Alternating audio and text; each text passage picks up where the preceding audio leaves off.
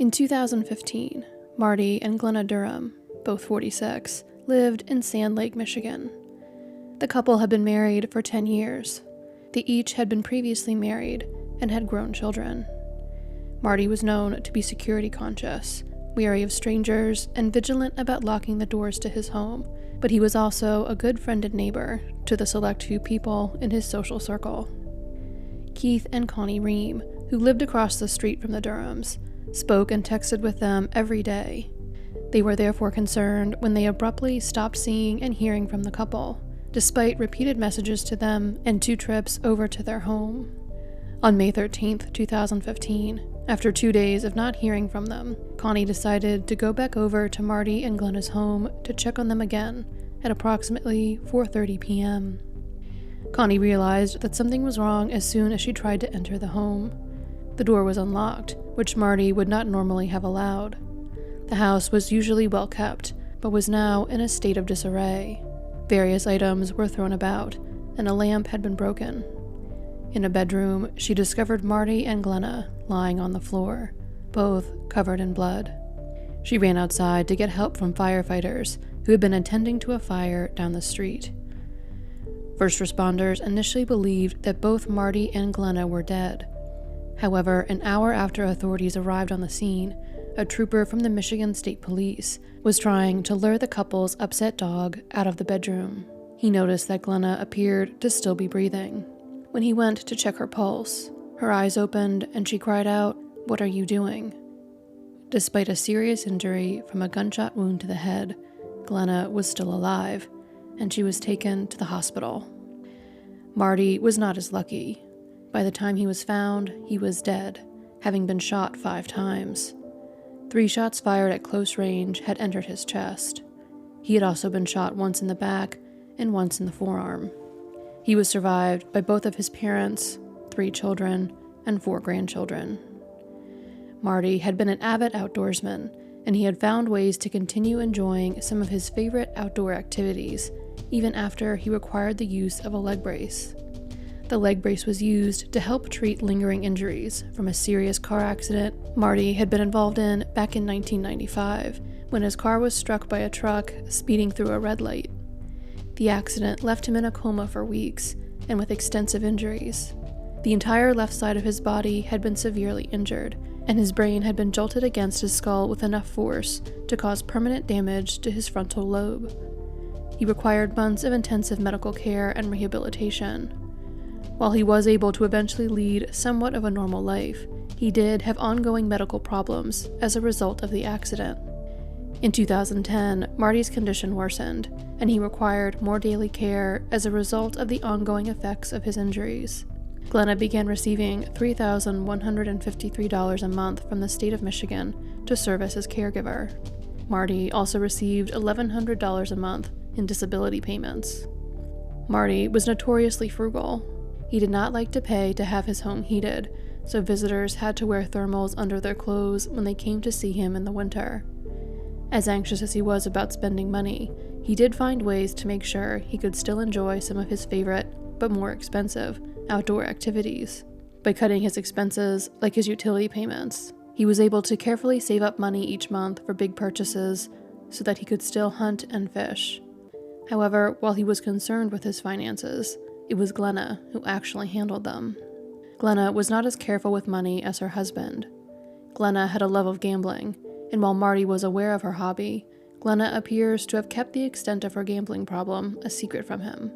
Marty would normally accompany Glenna on her trips to casinos, which she would make once or twice a week, but Glenna would also ask family members not to tell her husband about some of her gambling activity or the amounts she spent. In 2010 alone, she spent $75,000 gambling at casinos. In addition to her casino trips, Glenna would also visit gas stations near her home 3 to 4 times a week to purchase lottery tickets, spending between $50 and $100 during each visit. Glenna was in charge of actually paying all of the couple's bills and told Marty that they were current on all of them. They were not. In the years leading up to Marty's death, the couple had started going into debt. They owed money on one of their cars and to the IRS. When a collection agency attempted to repossess the vehicle, Glenna assured Marty that she had been making the necessary payments on it. She had not. In April of 2015, Marty's mother Lillian saw a legal notice in a local newspaper stating that her son and daughter-in-law's home was being foreclosed on. She called Marty to ask about the foreclosure, but he knew nothing about it. When he bought a copy of the paper and showed the notice to Glenna, she told him that it was a misprint and that she would call the newspaper office. She assured him that it was a mistake and that the mortgage was still being automatically withdrawn from their account every month. The $700 monthly mortgage payment had in fact not been paid in a year, and the checking account it was supposed to be withdrawn from only had $182 in it. Their savings account only had $118. On April 28, 2015, foreclosure documents were delivered to the home. The house was set to go up for public auction on May 13th, the day Marty was found dead. After the murder, the documents were found torn up in one of Glenna's drawers. Glenna appears to have kept the true state of the couple's finances and the imminent loss of their home from her husband. Marty seemingly had no idea that his house really was in foreclosure, as he continued to make improvements to the home up until 2 days before his death, when he painted his bathroom ceiling. Marty's 2 sons and daughter went to his home the day after he was found dead. There, they found a manila envelope that had not been processed by the police. Inside were letters Glenna had written to her children and her ex-husband. In the letters, she asked her ex-husband to look after their grown children. She apologized to her children and told them that she loved them. Marty's children were concerned by the implications of these letters.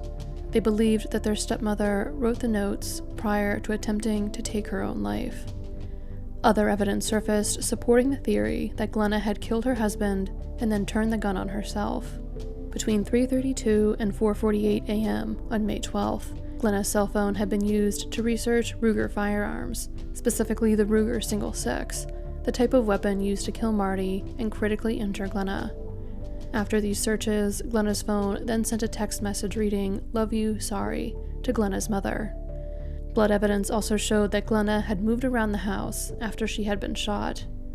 Most importantly, her blood was found on a couch in the living room. The Ruger .6 revolver that was used in the shooting had been found hidden under the love seat in the living room. The neurosurgeon who treated Glenna would later testify that it would have been possible for her to move around the home after being shot with her specific injury.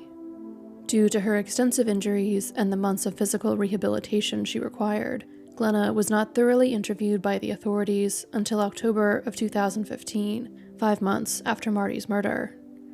During this interview, Glenna claimed to have no memory of anything that happened between May 11th and when she was taken to the hospital. She was adamant, however, that she had not killed her husband.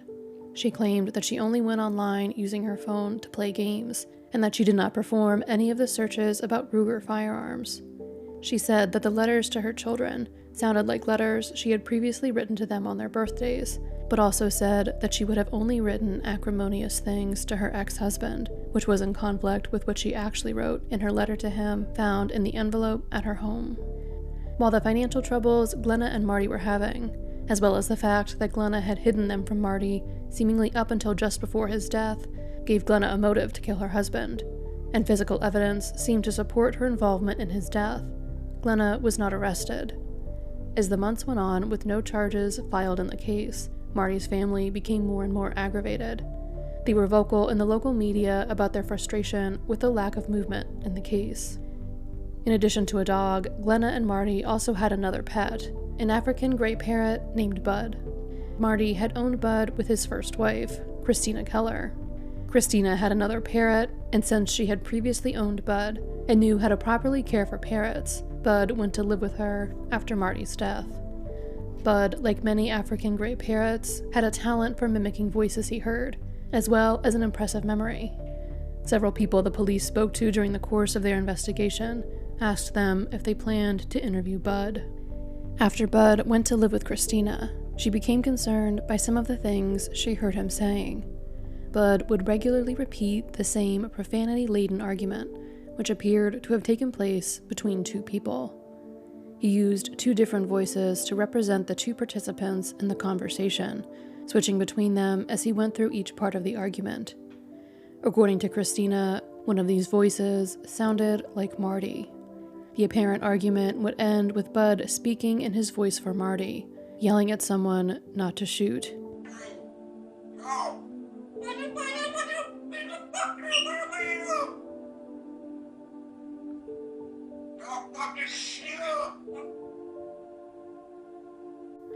Christina was concerned that Bud had witnessed Marty's murder and was relaying the argument he overheard just prior to Marty being shot.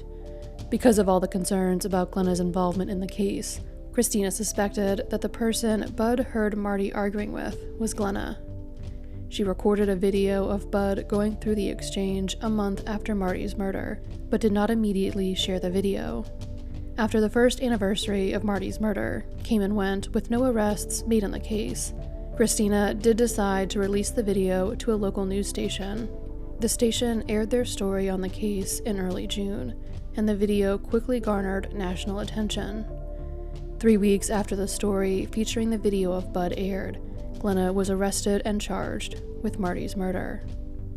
Authorities denied that the video of Bud played any role in Glenna's arrest. Instead, they maintained that they had to wait more than a year to make the arrest because they had been waiting on the results of some tests that required a lot of time and the completion of some interviews that could not be made immediately after Marty's death. Glenna had finally been arrested because the investigation finally had enough evidence to support the murder charge against her, not because of the video. Some of this testing showed that Glenna's DNA was present on the murder weapon, which would prove to be a major piece of evidence at her trial. Christina Keller, however, believed that Bud deserved some credit for helping get justice for her ex-husband. Bud helped us get attention for Marty's murder, and I believe it put pressure on the prosecutor to make the arrest with all the media pressure, she told the Cedar Springs Post. While prosecutors were aware of Bud and his apparent recounting of the events leading up to Marty's murder, they believed they had enough evidence and a strong enough case to prosecute Glenna without him. While Bud's apparent play-by-play of the argument that led up to the murder was certainly evocative, there would have been extensive legal challenges to trying to use Bud in court. Prosecutors were able to show that Glenna had a strong motive in no longer being able to hide the imminent loss of their home from Marty, and strong evidence in the DNA found on the murder weapon, Glenna's phone activity, the notes, and the evidence at the scene that supported their assertion that Glenna had killed Marty following an argument before turning the gun on herself in an unsuccessful attempt to take her own life. The jury agreed with the prosecution. On July 19, 2017, after 8 hours of deliberation, they found Glenna Duram guilty of first-degree murder. She was sentenced to life in prison with no chance of parole. Glenna maintains her innocence and still has supporters who speak out against her conviction. In April of 2019, Glenna appealed to the Michigan Court of Appeals, arguing that the evidence found on her phone that showed she had been researching the type of weapon used in the shooting was hearsay, and therefore inadmissible and unfairly prejudicial.